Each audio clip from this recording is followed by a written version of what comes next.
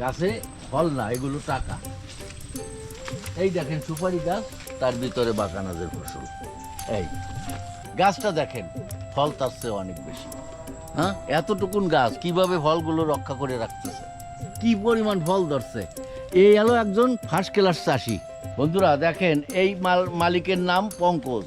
এই 2 বছর আগে এই গাছগুলো লাগাইছে, কি পরিমাণ লাভবান হয়েছে ভাষায় বলা যাবে না, হিসেব নিকেশ করে পাওয়া যাবে না যে এত লাভবান হয়েছে। এত সুন্দর চাষ আমাদের ধারে কাছারে কোথাও নেই।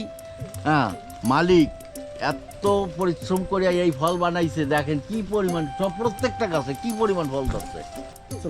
এই যে বছর করোনার চাপ দেয়, সেই বছরই এই মালটার দাম বাড়ে।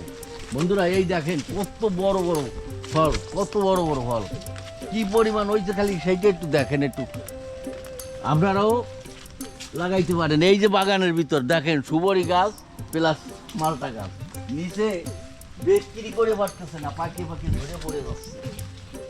এই যে দেখুন, এই যে একটা পুরো পাকা গাছ পাকা, দেখুন এই যে একটা গাছ পাকা, এই একটা লেবু হাতে, এই যে দেখুন, দেখছেন কত বড় বড় মালটা। এই দেখেন মালটা বাগানের ভিতরে কি সুন্দর আউক। এই লোক এত কর্মঠ, যার যে কর্মঠ লোক কোনোদিন টাকার অভাব হয় না। এই দেখেন পঙ্কজ মণ্ডল, ওই এই এই যে চাষ করছে একই মালটা বাগানের পাশে কমলার চাষ, কি পরিমাণ ফল ধরছে। এই হলো একজন ফার্স্ট ক্লাস চাষি।